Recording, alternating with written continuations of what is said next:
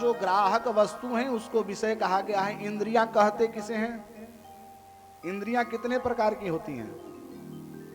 5 कर्म इंद्रियां हैं और 5 ज्ञान इंद्रियां हैं। ज्ञान इंद्रियां कौन है? नेत्र, नासिका, कान, जिह्वा और त्वचा, ये 5 ज्ञान इंद्रियां हैं। 5 कर्म इंद्रियां कौन है? 2 हाथ, 2 पैर, 1 मुंह और 2 उपस्थ, ये 5 कर्म इंद्रियां हैं।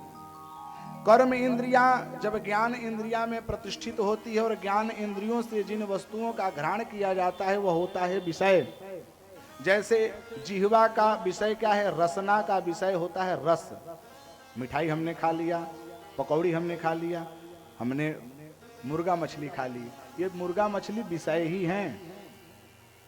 अब बड़ी सुंदर बात है, नेत्रों से जो चीजें दिखाई दे रही हैं वह सारी विषय हैं। कानों से जो कुछ सुनाई दे रहा है वो सारा विषय है।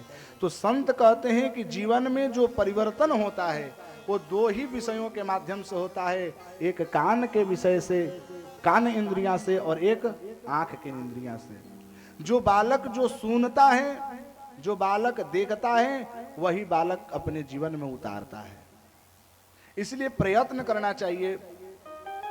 मैं तो यही प्रार्थना करूंगा कि अपने जीवन में कम से कम यह प्रयत्न करें कि अपने बालकों को पढ़ाने से बजाय उसको अपने जीवन में क्रियात्मक शैली से उसको समझाएं। बाबू प्रणाम क्यों नहीं करते हो? प्रणाम करो। हम नहीं करेंगे। करो। नहीं करेंगे। अरे कभी आप तो अपने सास ससुर को प्रणाम कर लीजिए, तो बाबा दादा को प्रणाम खुद करेगा। हम खुद ही प्रणाम नहीं करते, हम खुद ही झुकना नहीं चाहते, और बालक को होते प्रणाम करो, राम राम करो। बालक सुनने से उतना तीक्ष्ण बुद्धि उनका नहीं खुलता जितना कि वो लोग देख करके वो समझ जाते हैं। कुछ मत बोलिए, सुबह में जग करके आप खुद प्रणाम कीजिए धरती का, अपने हाथों का दर्शन कीजिए, मंदिर में जाकर के प्रणाम कीजिए, बालक को साथ में लेकर के जाइए, कुछ मत बोलिए उससे, बस साथ में लेकर के जाइए और खुद मंदिर में प्रणाम कीजिए। देखिए बालक ऑटोमेटिक स्वतः ही उस मंदिर में अपना प्रणाम सर झुकाएगा। कर्मों से किसी को सुधारा जा सकता है, न कि ज्ञान से।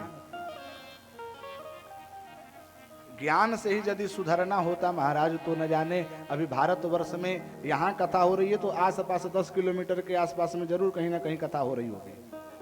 कथा कहाँ नहीं हो रही है, लेकिन कितने लोग सुधर रहे हैं, कितने लोग सुधर रहे हैं, आप विचार कीजिए।